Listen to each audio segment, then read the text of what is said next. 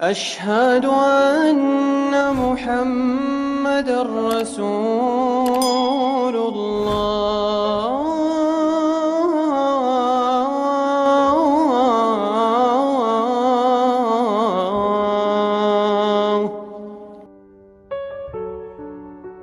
Sebagai seorang muslim, mempercayai adanya hari akhir merupakan hal yang termasuk sebagai rukun iman. Sebelum datangnya hari akhir, Allah Subhanahu wa Ta'ala akan memberikan tanda-tanda sebelum datangnya hari kiamat, agar manusia senantiasa menyiapkan dirinya untuk hal ke depan yang akan dipertanggungjawabkan, agar manusia diberi kesempatan bertaubat dan memperbaiki amal perbuatan sebaik-baiknya. Harus kita ketahui bahwa tidak ada satu makhluk pun yang mengetahui kapan datangnya hari kiamat, dikarenakan semua itu adalah rahasia dari Allah Subhanahu wa Ta'ala. Oleh karena itu, pada kesempatan kali ini saya akan membahas 3 tanda-tanda akhir zaman yang sudah muncul pada saat ini. Yang pertama yaitu diutus dan wafatnya Nabi Muhammad SAW.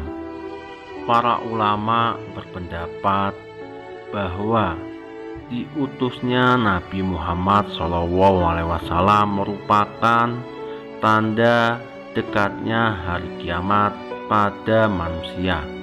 Karena dalam sebuah hadis Rasulullah SAW mengatakan bahwa jarak antara pengutusan Rasulullah dan datangnya hari kiamat bagaikan jarak antara 2 jari, yaitu jari tengah dan jari telunjuk. Karena kita semua tahu Nabi Muhammad SAW merupakan Nabi yang terakhir. Tidak akan ada lagi Nabi ataupun Rasul setelah Nabi Muhammad SAW wafat. Wafatnya Nabi Muhammad SAW mengisahkan kesedihan bagi para umatnya, dikarenakan tidak ada lagi seseorang yang diutus secara langsung oleh Allah Subhanahu wa Ta'ala untuk memberikan petunjuk kepada umat manusia agar selalu dalam jalan yang benar. Para ulama juga berpendapat bahwa wafatnya Nabi Muhammad SAW merupakan dekatnya kita dengan hari kiamat. Hal tersebut dijelaskan dalam suatu riwayat. Di antara 6 tanda-tanda kiamat adalah tibanya kematianku. Hadis riwayat Bukhari. Lalu tanda yang kedua yaitu mengeringnya Danau Tiberias.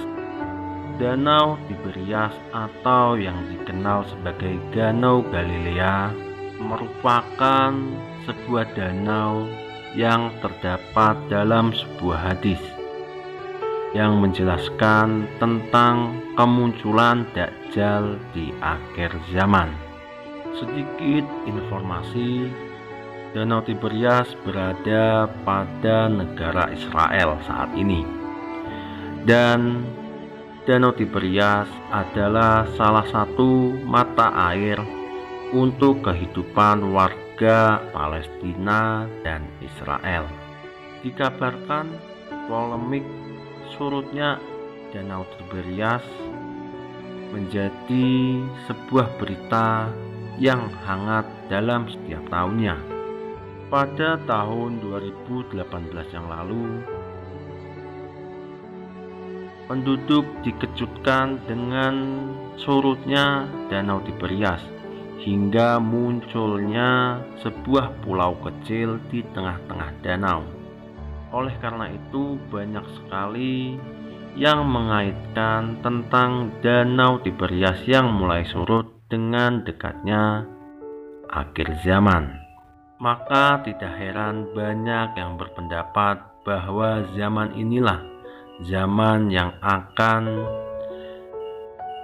kita alami kemunculan dari sang juru selamat palsu, yaitu kemunculan Dajjal. Akan tetapi perlu para sahabat ketahui bahwa Danau Tiberias juga terkadang airnya itu naik, tidak selalu surut. Jadi masih di batas wajar, kadang naik airnya, kadang pun surut. Jadi ketika airnya naik, itu adalah sebuah kabar baik bagi warga sekitar yang memanfaatkan air dari Danau Tiberias tersebut.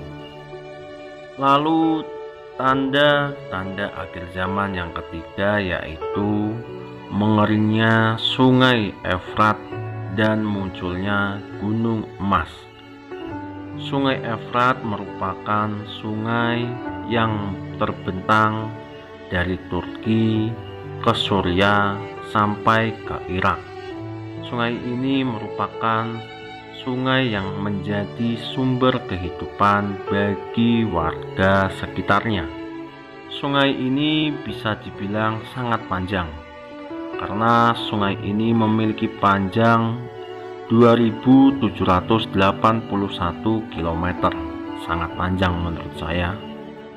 Ada sebuah hadis yang menjelaskan tentang surutnya Sungai Efrat. Dari Abu Hurairah, Rasulullah SAW bersabda, hari kiamat tidak akan terjadi sampai apabila Sungai Efrat menjadi surut airnya, sehingga nampaklah sebuah gunung dari emas. Banyak orang-orang yang berada di situ berperang untuk memperebutkannya, maka terbunuhlah 99 dari 100 orang yang berperang. Dan masing-masing yang terlibat dalam peperangan itu berkata, mudah-mudahan akulah ya orang yang selamat itu. Hadis riwayat Bukhari. Dan banyak juga para ulama yang berpendapat bahwa keringnya Sungai Efrat merupakan tanda bahwa Imam Mahdi akan segera muncul di akhir zaman. Dan faktanya kita semua bisa tahu bahwa Sungai Efrat beberapa tahun belakangan ini telah mengalami kesurutan yang sangat ekstrim. Maka wajar saja banyak sekali orang yang mengaitkan tentang akhir zaman. Oleh karena itu, para sahabat, saya mengajak untuk mempersiapkan diri, mempersiapkan iman dan amal kebaikan. Semoga saja kita selalu dalam lindungan Allah Subhanahu wa Ta'ala, sehingga apabila nanti Sang Imam Mahdi telah datang, kita adalah termasuk dari golongannya, bukan dari golongan sang penyelamat palsu ataupun juru selamat palsu, yaitu Dajjal. Nauzubillahi min dzalik. Semoga pembahasan ini bermanfaat. Saya undur diri, apabila ada salahnya saya mohon maaf. Wassalamualaikum warahmatullahi wabarakatuh. Allahu a'lam bishawab.